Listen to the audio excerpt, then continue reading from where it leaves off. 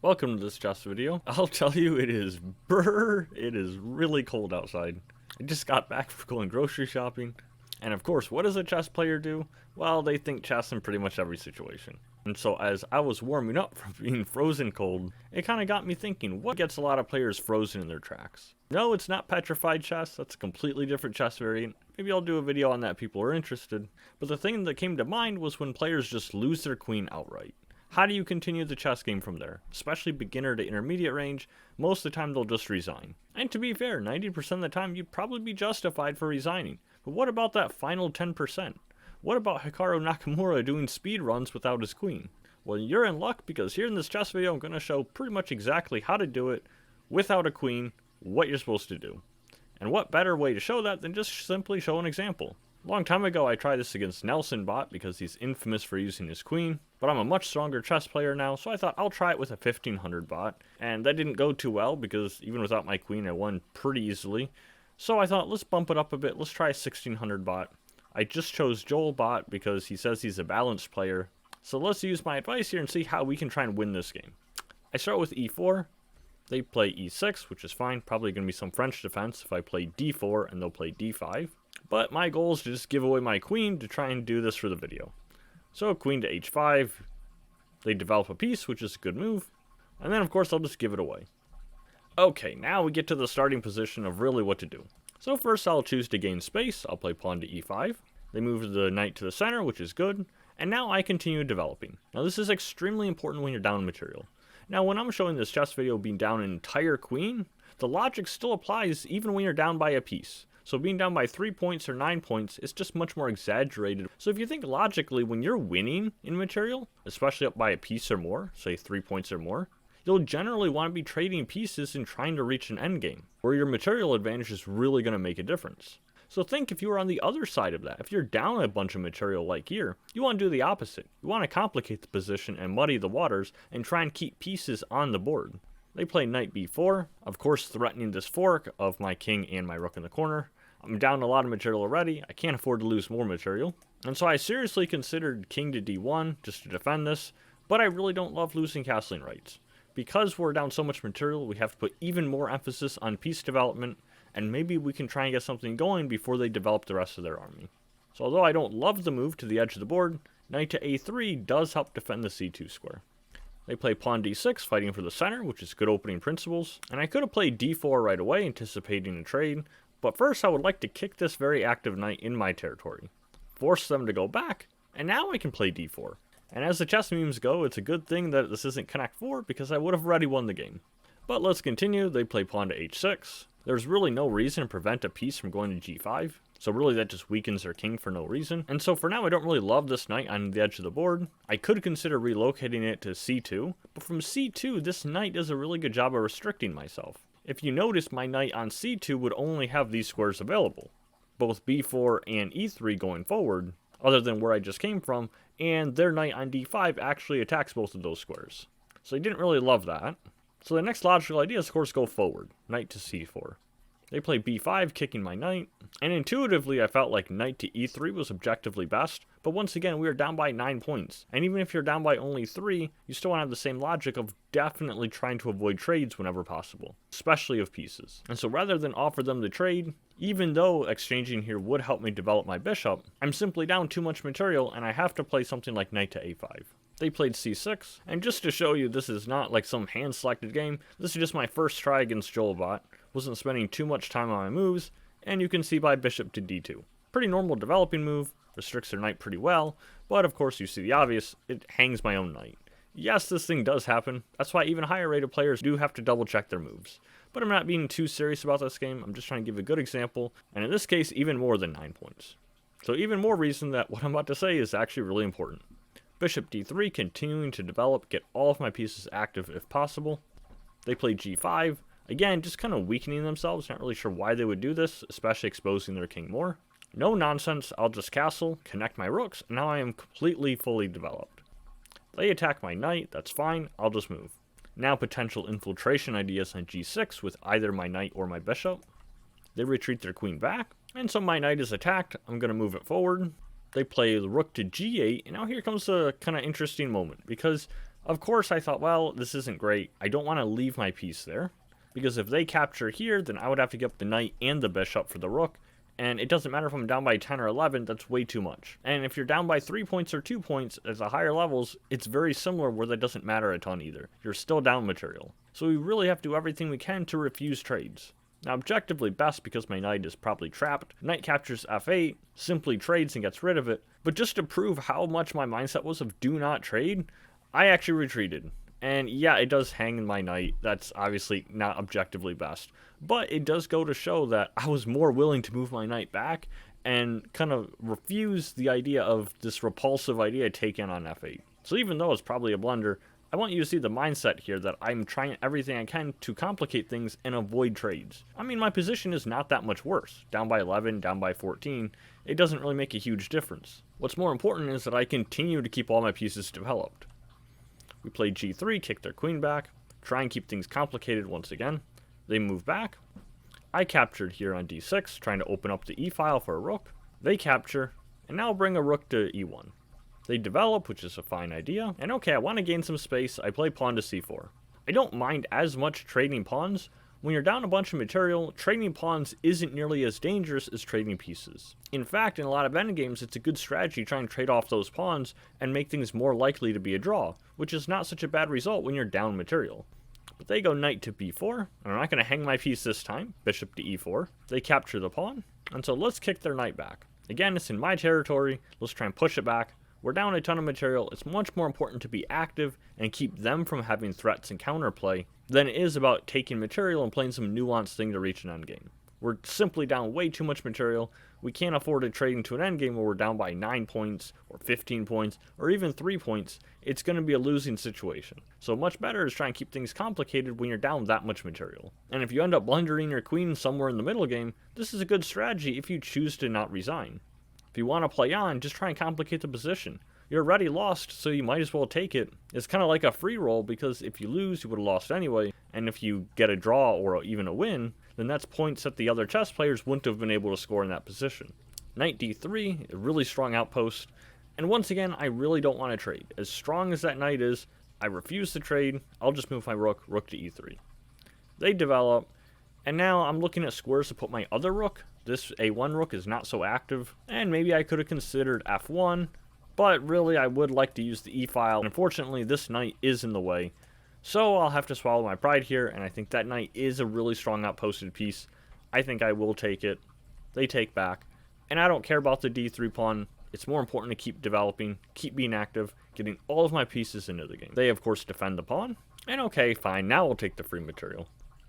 They move their queen, attacking my rook, and I'll just simply come back. Both my pieces defending each other. Ideally, I would like to have this d2 piece possibly to c3. They go king g7, and now this really just walks into my idea. Now bishop c3 looks really good, potential discovered attack on their king. And so they played c5, which has to be objectively not so great, because now I can just take this pawn, of course the discovered attack on their king, and also the threat on this bishop. They move their king out of check, and I'll take the bishop. So okay, I'm only down by 10 points, right? It's more than a queen, but we're sort of kind of making progress. Rook to f8, very not so subtle threat on f2, and so my instinct was just defend it this way. But then I have some back rank issues, and I don't know if I really want to come back to my bishop. That doesn't really look ideal. And so here, just simply rook to f1. And they played a really good move, queen to d5. Now there's a very strong battery here with the queen and bishop, looking at checkmate threat on g2, as well as on h1. And so without me having a light scored bishop, that means all my light scores around my king, specifically these, are really weak. You can take a look at this older chess video of mine if you don't understand why those squares are weak. But in this position, I have to shut down the diagonal, and so I'll play pawn to f3. Even if it sacrifices a pawn, again, down by 10 or 11 doesn't make a huge deal. It's really about stopping their counterplay and trying to get all of my pieces as active as possible. Now, rook captures f3 would have been the best move, but instead of that, they played queen captures d6, and so now we'll try and double my rooks. I don't mind if they trade on f3, I'll take on e6. They do take here, I'll capture on e6. If they would have given a check on c5 to my king, I can always bring my rook back. Instead of that, they went queen to d5, and this allows me to get active with my pieces, once again showing the importance of having them all developed and working together. Rook to g6. And so this check is really strong. They actually only have one good square. If they were to make the mistake of going to f7, this is actually a very surprising checkmate, thanks to this bishop and the rook controlling this file. So really the only move is king to h7. I'll give a check on g7. Once again, all of my pieces working really harmoniously together. They move their king to the only legal move, walking into the discovered attack. I'll capture the d7 knight. They're forced to g8. And I know a lot of people will probably just take the queen right away, and then they'll recapture back. But we've only won 4 points of material. We gave up our rook for that queen. And it doesn't matter a ton whether we're down by 8 or down by 4, we're still in a losing endgame. So let's not trade so easily. Let's give another check, force them in the corner, and now we have this kind of windmill tactic. Now, of course, I could probably take g4, then come back, maybe take a7, then come back. But I took on a7 first, and I didn't realize that there was actually a really clever defense here. There's one surprising move, which immediately I didn't even see the amazing fact of. There's rook to f6, and it looks like it was just throwing away material. I didn't really see how this was accomplishing anything. But after this, and they move, I'll give a check again, and now I realize their idea. This Joel bot is actually sort of a genius.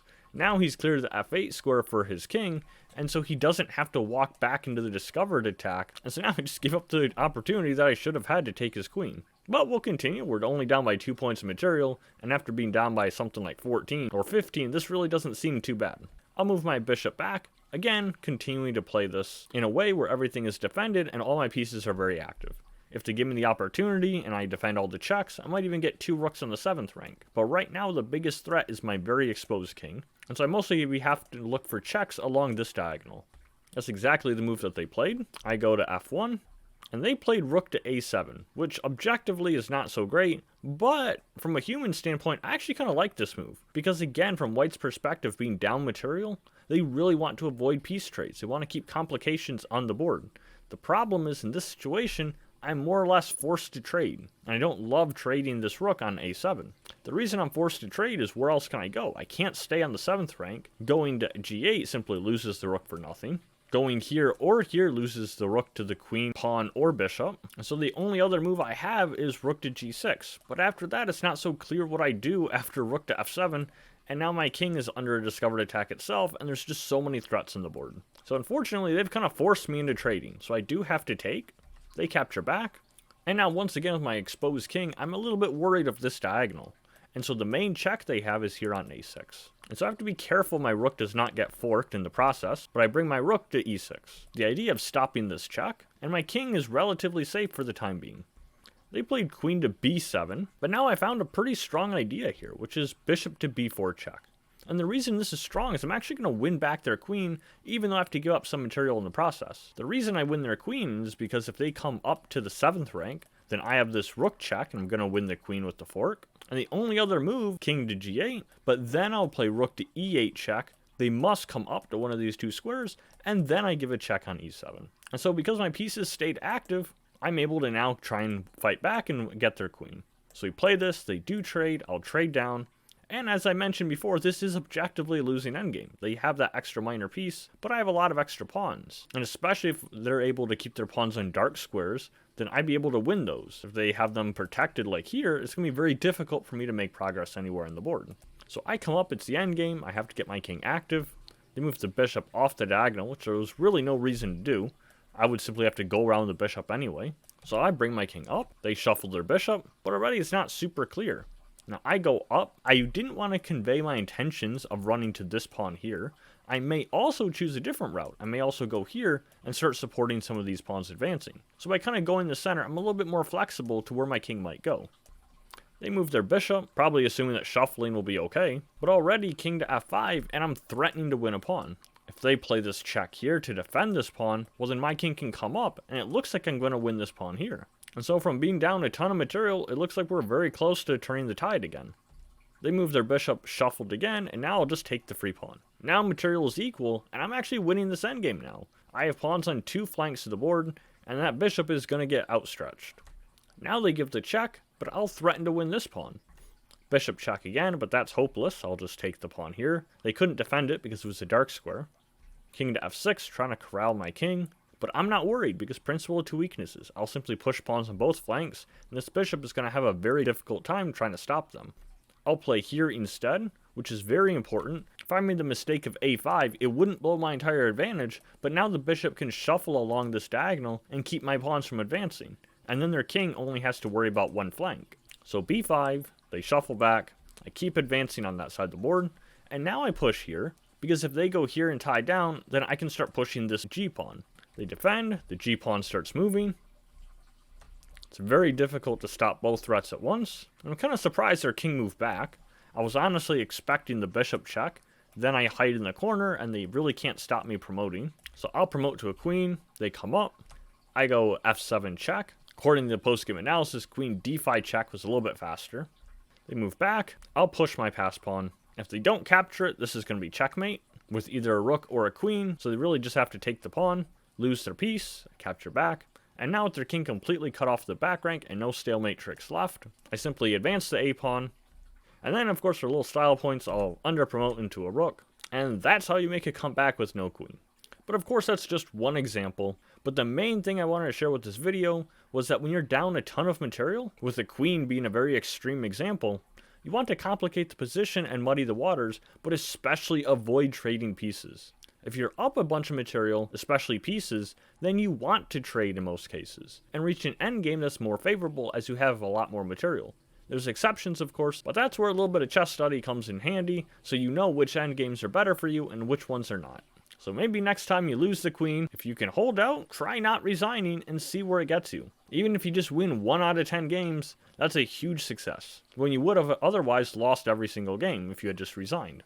Thanks for stopping by, everyone. I'll see you in the next chess video.